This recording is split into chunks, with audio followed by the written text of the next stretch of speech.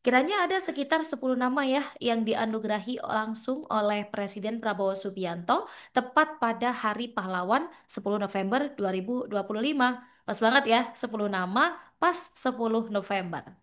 Nah, salah satu nama yang cukup ramai dibicarakan oleh warganet adalah penganugerahan kepada Presiden kedua RI Soeharto.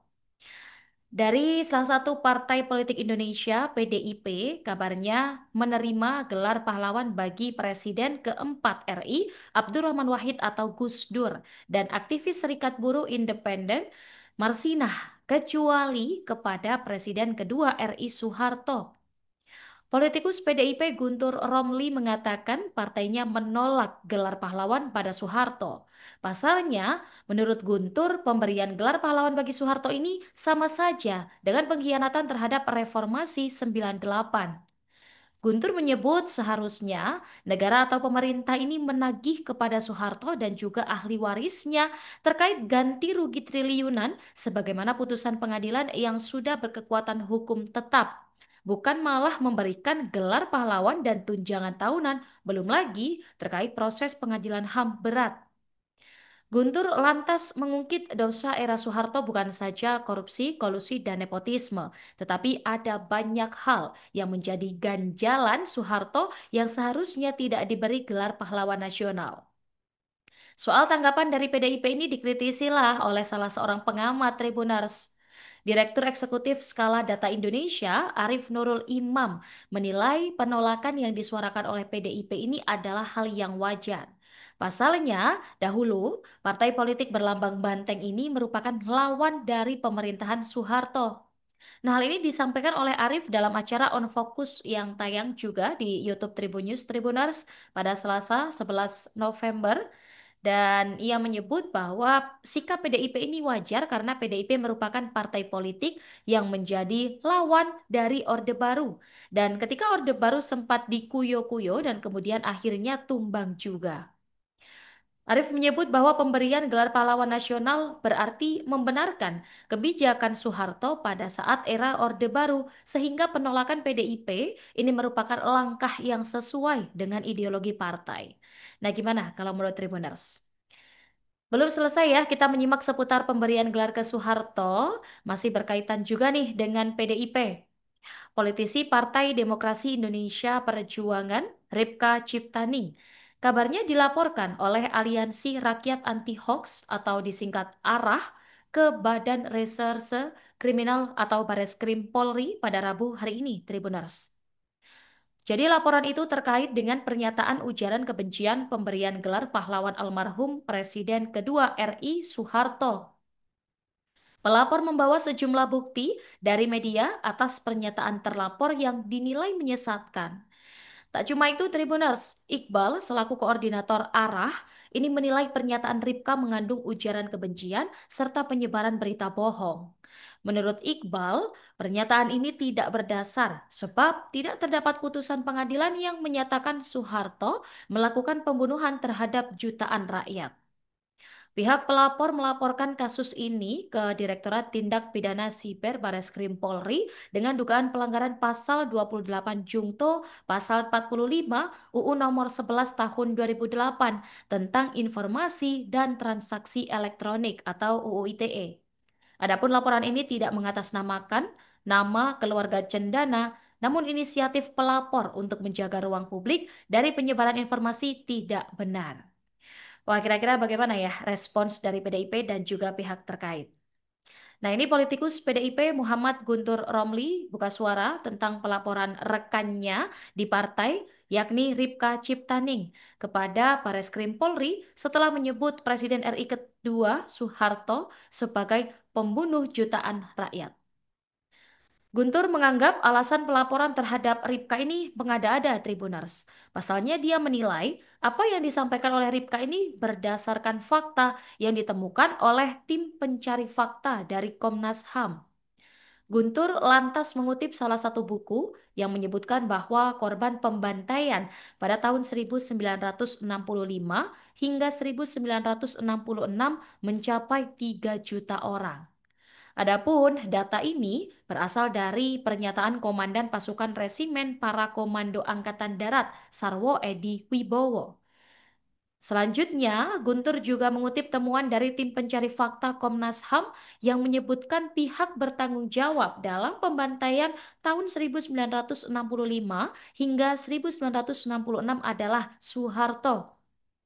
Adapun Soeharto merupakan pimpinan dari Komando Pemulihan Keamanan dan Ketertiban yang anggotanya disebutkan dalam temuan Komnas HAM telah melakukan pembantaian kala itu. Guntur menjelaskan Kopkamtib ini dibentuk beberapa hari seusai peristiwa G30S yang mengakibatkan 7 jenderal diduga dibunuh oleh Partai Komunis Indonesia. Guntur mengungkapkan seluruh hasil temuan tim pencari fakta Komnas HAM ini telah direkomendasikan ke Kejagung untuk ditindaklanjuti.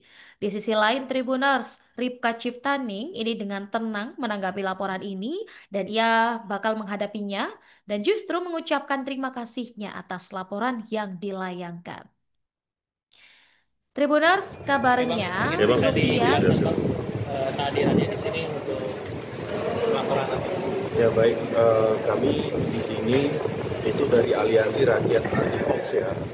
Nah, kami datang ke sini untuk membuat laporan polisi terkait dengan pernyataan salah satu politisi dari partai PDIP ya, yaitu Ripka Ciptaning, yang menyatakan bahwa Mas Soeharto itu adalah pembunuh terkait dengan polemik pengangkatan almarhum Soeharto sebagai pahlawan nasional.